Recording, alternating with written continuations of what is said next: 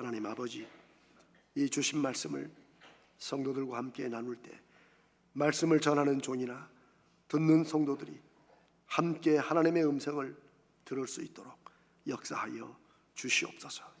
우리 주님 예수님의 이름으로 간절히 기도드리옵나이다. 아멘. 오늘 우리가 함께 읽은 이 사도행전 3장 11절로 16절은 최초의 복음이라고 말할 수 있는 구절입니다. 이 11절 바로 직전에 사도 베드로가 성전으로 가다가 늘 성전에 앉아서 구걸을 하는, 몸이 성치 못해서 늘 앉아서 생활할 수밖에 없는 그런 사람을 보고 성령의 감동을 받아 그를 예수 이름으로 일으킵니다. 이 사람이 평생 앉아있다가 일어났으니 얼마나, 또 그때 성전으로 가는 사람들이 꽤 있었을 건데 얼마나 보고 놀랬겠어요. 그 광경을 상상해 보세요.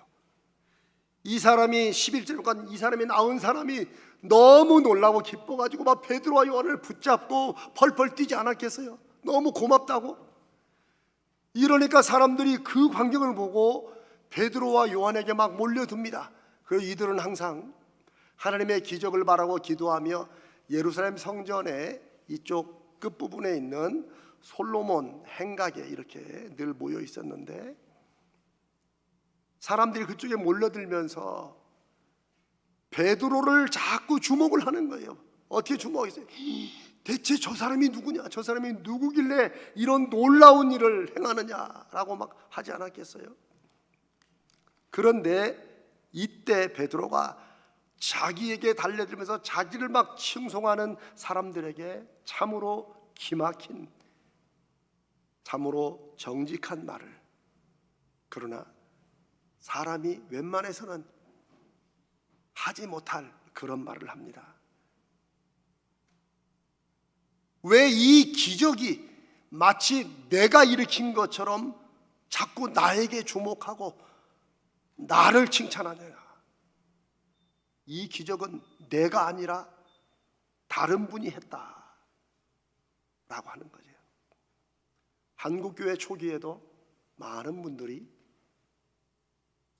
믿음의 능력과 권세를 나타냈죠. 그래서 병도 낫기도 하고 여러 가지 일들이 나타났어요.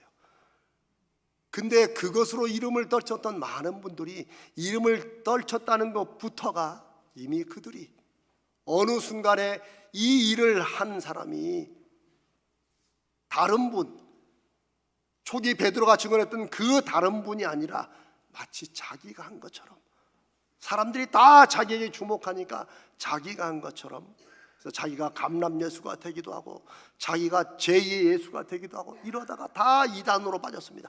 요 앞에 있는 천보교가 바로 그 유명한 박태선이라는 사람이 한때 장로였다가 그렇게 하나님 앞에 버림을 받은, 그러나 자기는 아주 큰 교파 하나 이루어서 지금도 이러고 있잖아요. 이 베드로가 왜 내가 한 것처럼 나에게 주목하느냐 하면서 소개한 분이 바로 그 다음에 예수 그리스도에 관한 그 말씀이 오늘 우리들이 복음이라고 부르는 최초의 복음이 됩니다. 이 베드로가 전한 예수 그리스도, 이 일이 내가 한 게 아니라 내가 아닌 다른 분이 했는데 바로 이분이다라면서 전한 15절 16절이 바로 우리가 마음속에 간직해야 될 것이고 우리가 믿는, 무엇을 믿는가 할 때 그 믿음의 내용이 되기도 합니다. 15절에 너희가 생명의 주를 죽였다. 얼마 전에 예루살렘에서 한 40일 50일 전에 죽은 그 예수, 십자가에 죽은 예수가 바로 생명의 주인 되시는 주님이라는 거예요. 그러나 너희가 죽였지만 하나님이 그를 다시 살렸다는 거예요. 살렸다. 그 다음에 더 중요한 건 뭐예요? 우리가 그 일의 증인이다. 죽은 것은 다 보았지만 살아난 것을 너희들이 못 보았지 모르지만 내가 그분을 봤다는 거예요. 그래서 우리가 예수 믿는 사람들을 예수의 증인이 돼야 된다고 말하는 이유예요. 우리도 무언가를 예수님을 봐야 되고 그분에 대한 믿음으로 인한 표적들이 우리 가운데 있어야 돼요. 그래야 증거를 하죠. 16절에 그 예수님이 살아나신 거로 끝난 게 아니고 하나님이 예수님을 살리신 이유가 있다는 거예요. 그것은 바로 그 예수님이 당신이 누구이신가, 이 세상에 왜 오셨는가 하는 것을 증명하시기 위해서 죽으시고 부활하셨는데, 16절에 그 예수의 이름이, 즉 예수님이 이 사람을 낫게 했다는 거예요. 그런데 더 놀라운 말을 합니다. 예수님이 나타나셔서 낫게 하신 게 아니고 그 예수를 믿는 믿음이 낫게 했다는 거예요. 예수님이 하나님의 아들이시고 이 세상에 오신 메시아라는 것을 믿는 그 믿음이, 16절 끝에 예수로 말미암아 난 믿음이, 예수님으로부터 나온 예수를 보고 믿게 되는 그 믿음이 이 사람을 완전히 낫게 했다라고 증언합니다. 이 첫 기적 사건으로부터 예수 믿는 믿음은 그냥 예수님이 누구이신가를 아는 것으로, 그리고 내가 그분을 마음에 품고 이렇게 심리적 안정을 취하고 이렇게 가는, 또 한 사회에서 교파를 이루어서 사회를 안정시키고 질서를 유지하는 소위 말하는 이런 종교로 끝나는 것이 아니라는 거예요. 예수님이 약속하셨습니다. 믿는 자에게는 표적이 따르리라. 제 가슴을 늘 울리는 말씀이에요. 내가 늘 하나님 앞에 늘 기도하는 제목이에요. 제가 여러분들에게 여러분 믿음을 가지고 살면서 하나님 앞에 늘 표적을 구해야 됩니다. 왜요? 주님이 그렇게 약속하셨기 때문이에요. 믿는 자에게는 그 믿음이 그냥 머릿속으로 알고 끝나는 종교의 일부분이 아니라 실제 그 믿음으로 인한 결과와 열매들이 눈에 보이는 표적으로 나타나서 그 예수가 하신 말씀이 정말이다, 그 예수가 지금도 함께 하신다는 것을 안 믿는 사람들에게 보여주라는 거예요. 그러니 믿음의 표적은 사실은 믿는 우리를 위한 게 아니고 안 믿는 사람들을 위한 것입니다. 우리는 왜 표적이 필요해요? 그것을 증거하는 증인이 되려고.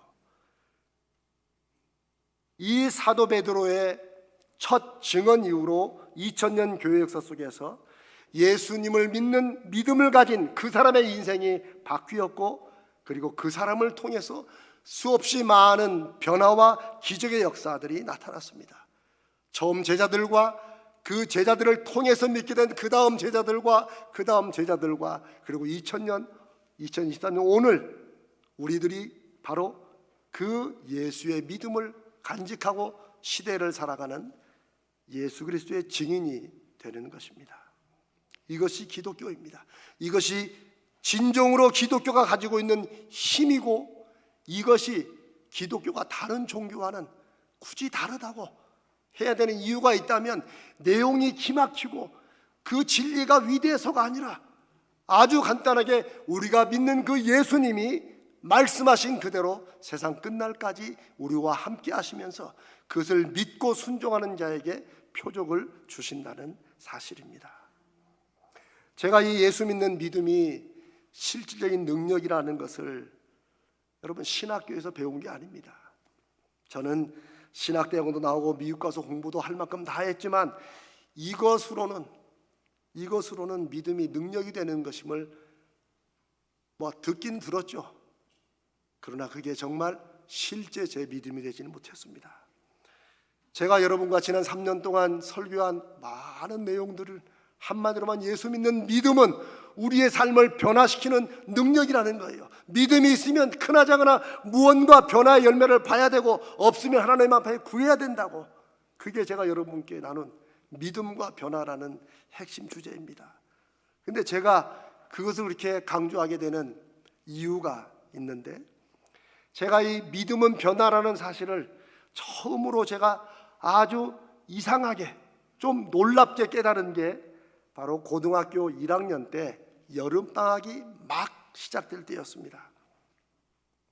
중학교 다닐 때 우리 중학교에서 유명했던 송두현이라는 친구가 있습니다. 제가 한 번은 꼭 그 친구를 한번 만나보고 싶어요.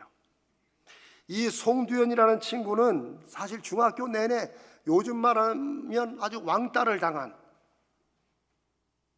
정말 그 친구는 늘 하여튼 누가 옆에만 지나가면 항상 이렇게 얼마나 맞았으면 이렇게, 그리고 늘 얼굴이 늘 울상이었고 막 얼굴을 찌푸리니까 좀 저희 보기도 그렇게 못생기게 보이고, 하여튼 막 또 공부도 잘 못했고 선생님들이 맨날 쥐어박는 거예요. 그리고 그 친구의 이름은 별명이 좀 그렇지만 원숭이 똥구멍이었어요. 별명까지 그래가지고 얼마나 우리가 좀 못됐죠. 전 학생이 다, 송대호는 다 알았어요. 원숭이 똥구멍. 근데 제가 고등학교 1학년 때 이제 중3 때 헤어지고 나서 한 7, 8개월 후에 각각 이제 다른 고등학교를 갔으니까 우연히 길에서 그 원숭이 뭐를 만난 거예요. 근데 여러분, 그냥 그 친구를 봤으면 또 그러냐고 지나갔을 건데 제가 눈이 깜짝 놀랐어요. 여러분 왜 그런 거 있죠?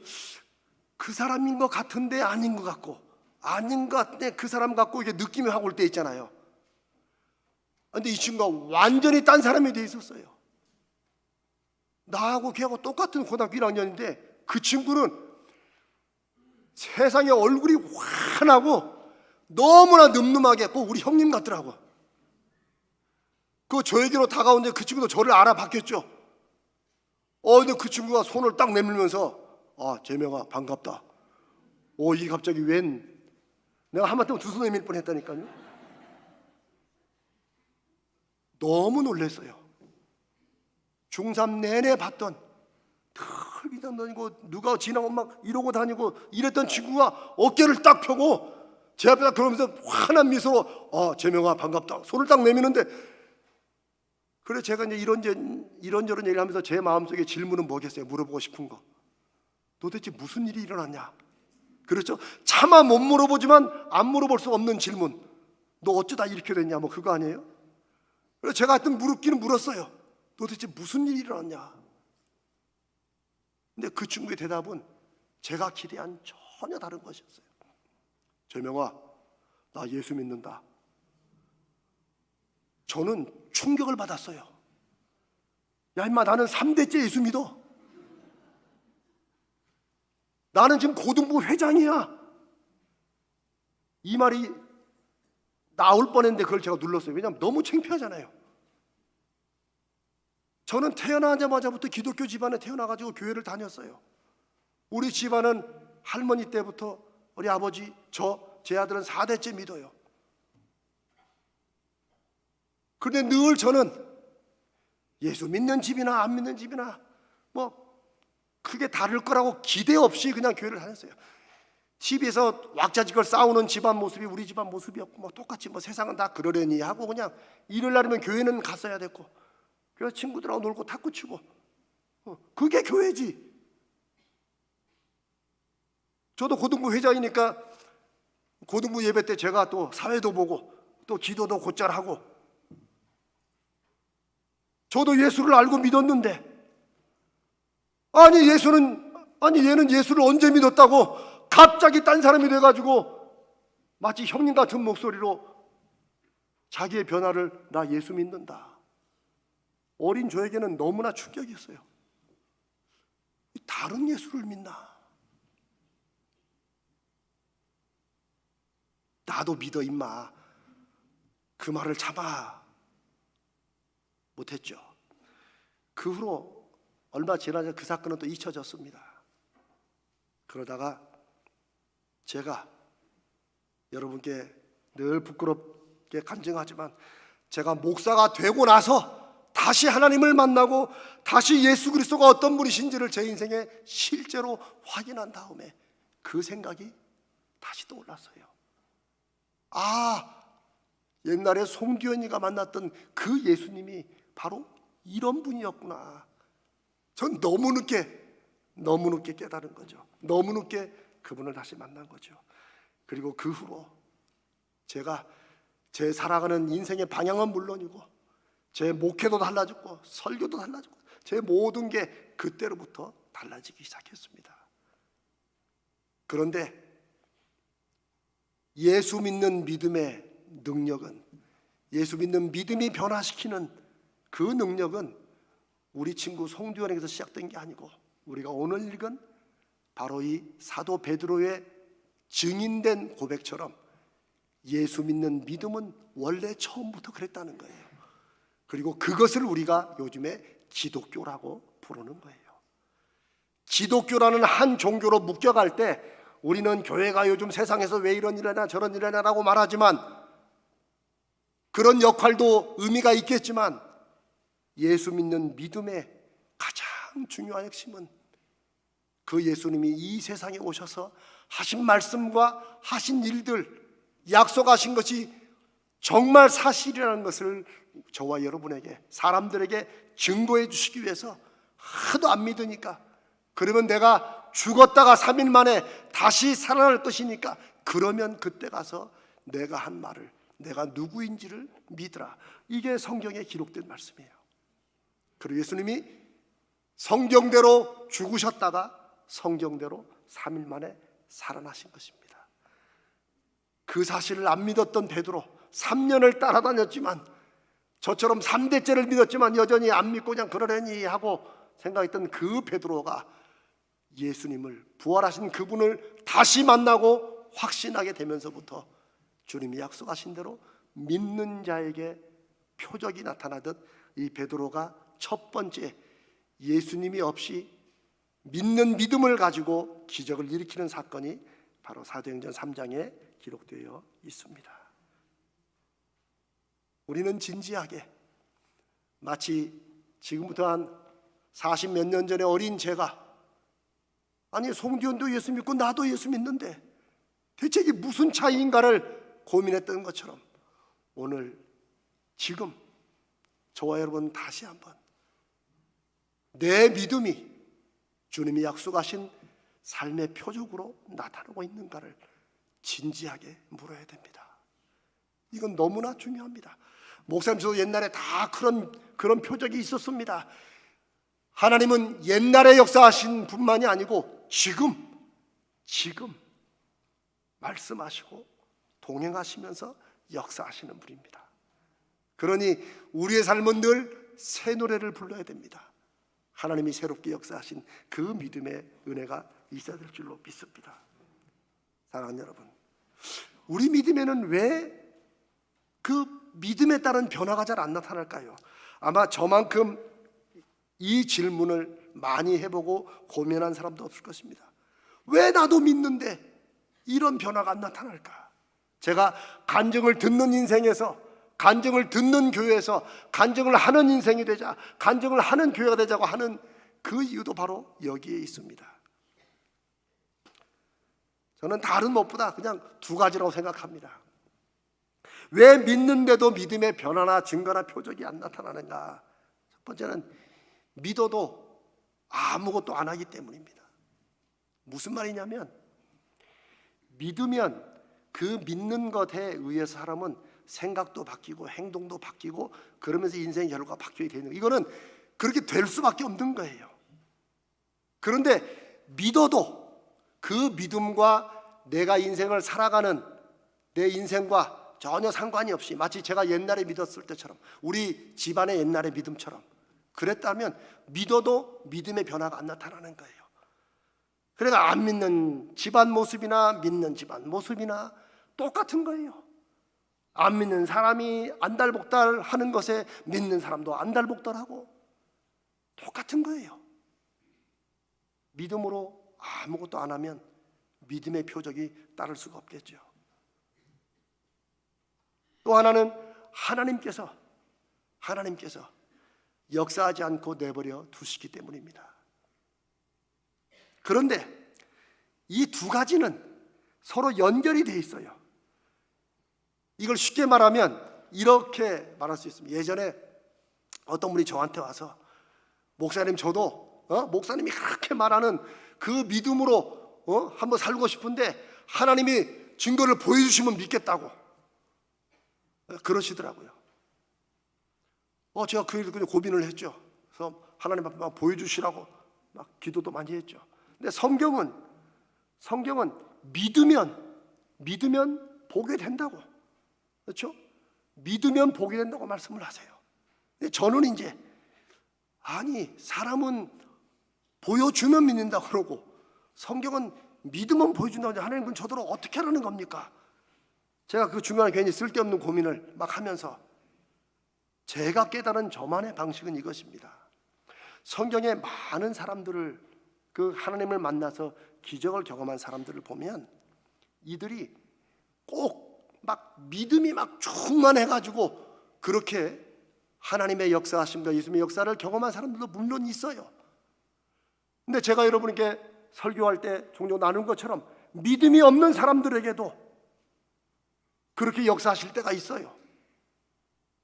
믿고는 싶은데 안 믿어지는 사람에게도 주님이 역사하신다는 거예요.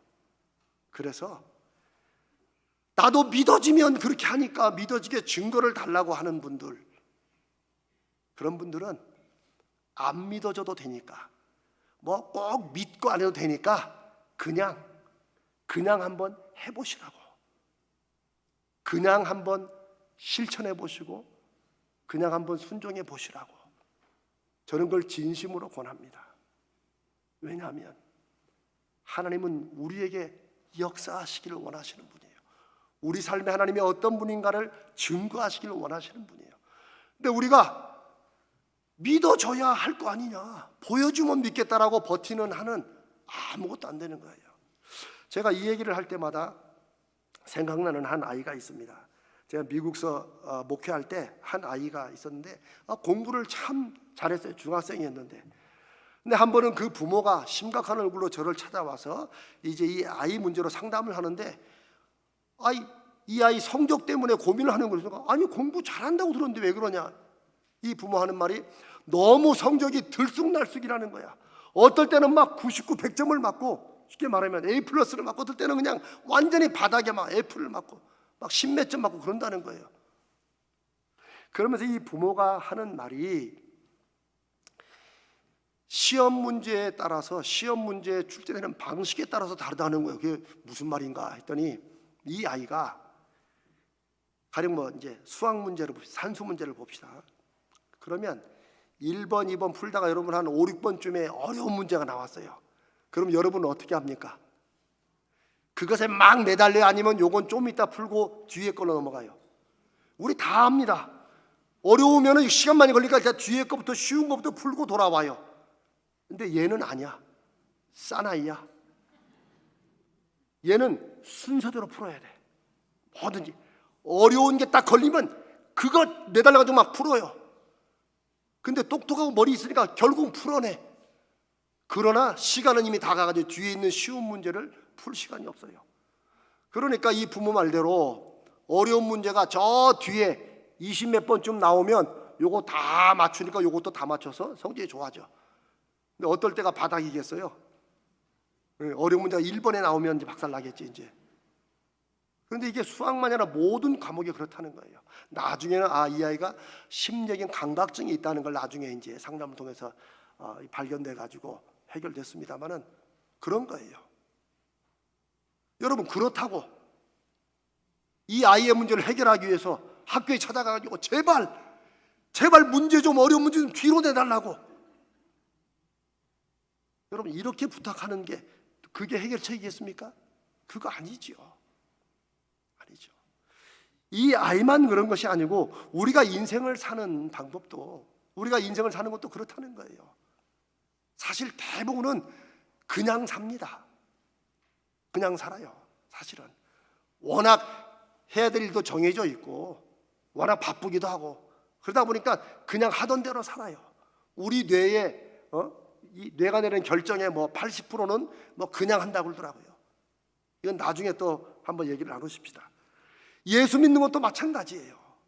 요즘에는 어떻게 보면 뭘 순종해 보니까 이런 거 귀찮아해요. 그냥 듣기 좋은 설교 한번 하고 좋구나 이러면 교회가 막 넘쳐나요.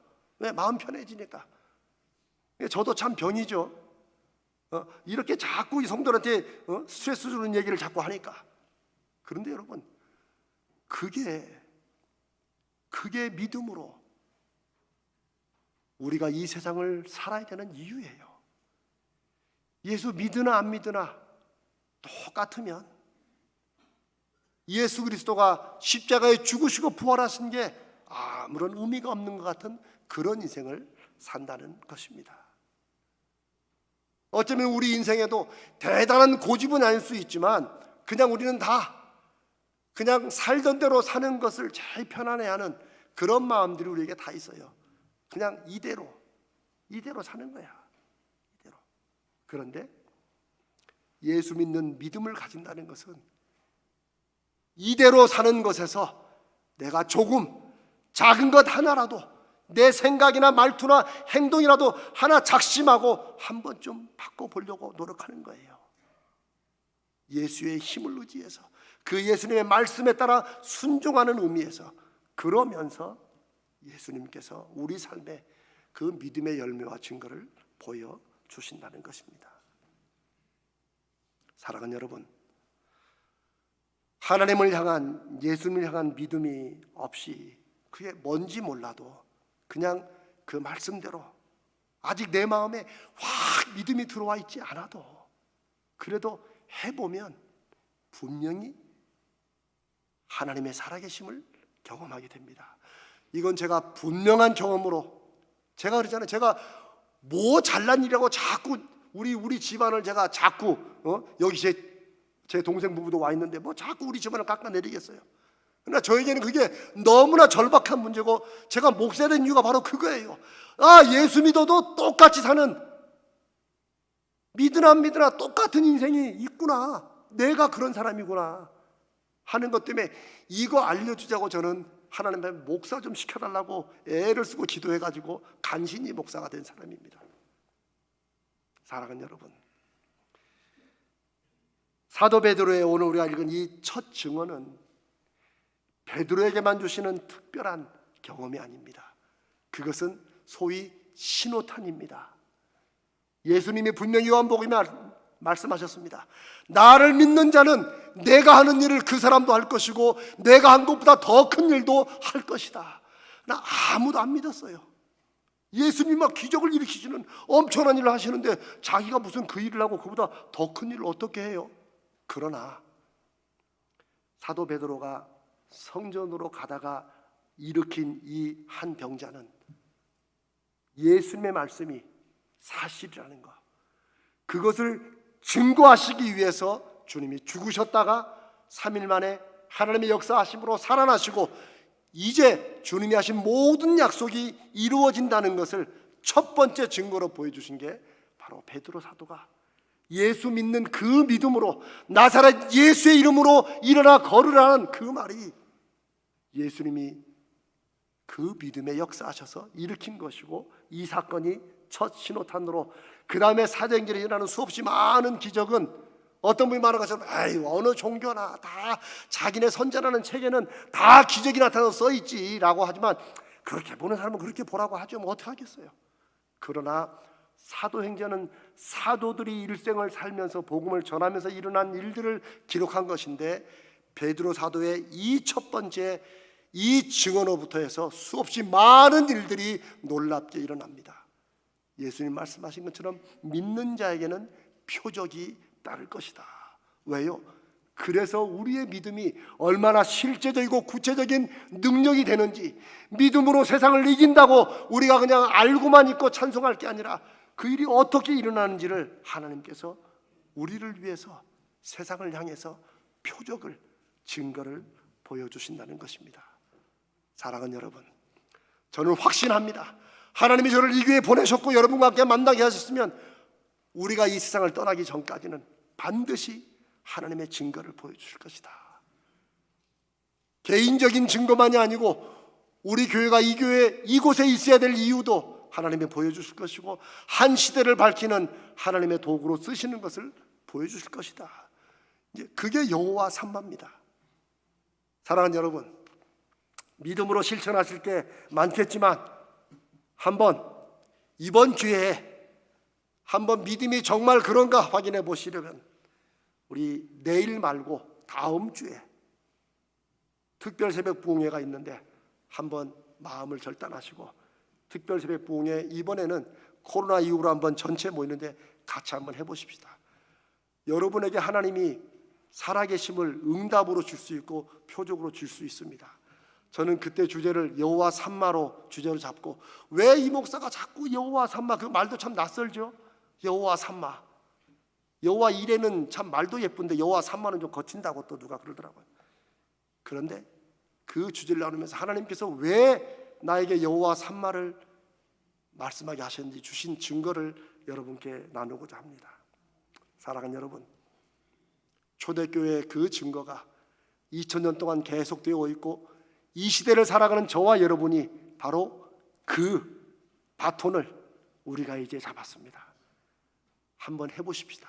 저는 하나님께서 누구 한 사람이라도 먼저 그 증거를 주시고 표적을 경험한 사람을 통해서 함께 예수 그리스도를 향해 나아가도록 해주실 것을 믿습니다. 이 믿음의 증거가, 표적이 저와 여러분에게 있으시기를 주님의 이름으로 축원합니다.